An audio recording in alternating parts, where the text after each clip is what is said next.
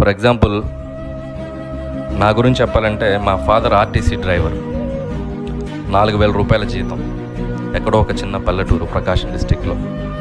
So ఆ రోజుల్లో నాకు ఎంసెట్లో ఒక 8,000 ర్యాంక్ వచ్చింది. సో పేమెంట్ సీట్ మంచి కాలేజీలో చదివిద్దామని ఇయర్లీ ఒక 45,000 పైన ఫీజు కడుతూ తను సంపాదించే శాలరీ ఒక 4,000కి సరిపోదు.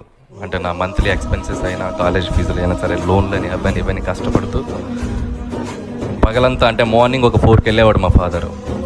4కి వెళ్ళి నైట్ ఎప్పుడు 12కి వచ్చేవాడు బస్సు నడుపుతూ. అది చాలా కష్టమైన రోడ్లు, మళ్ళీ హైవే కాదు, పల్లెటూర్లు తిరుగుతూ స్టీరింగ్, అదంతా చాలా టఫ్ జాబ్. 12కి వచ్చేవారు.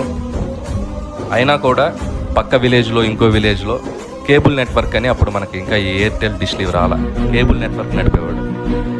సో ఇవన్నీ ఎందుకు చెప్తున్నానంటే, మనల్ని చదివించడానికో లేకపోతే మనల్ని పైకి తీసుకురావడానికో మన వెనక ఒక ఫోర్స్ ఉంటుంది. అది ఎవరంటే మన పేరెంట్స్. మన గురించి వాళ్ళు చాలా కష్టపడతారు.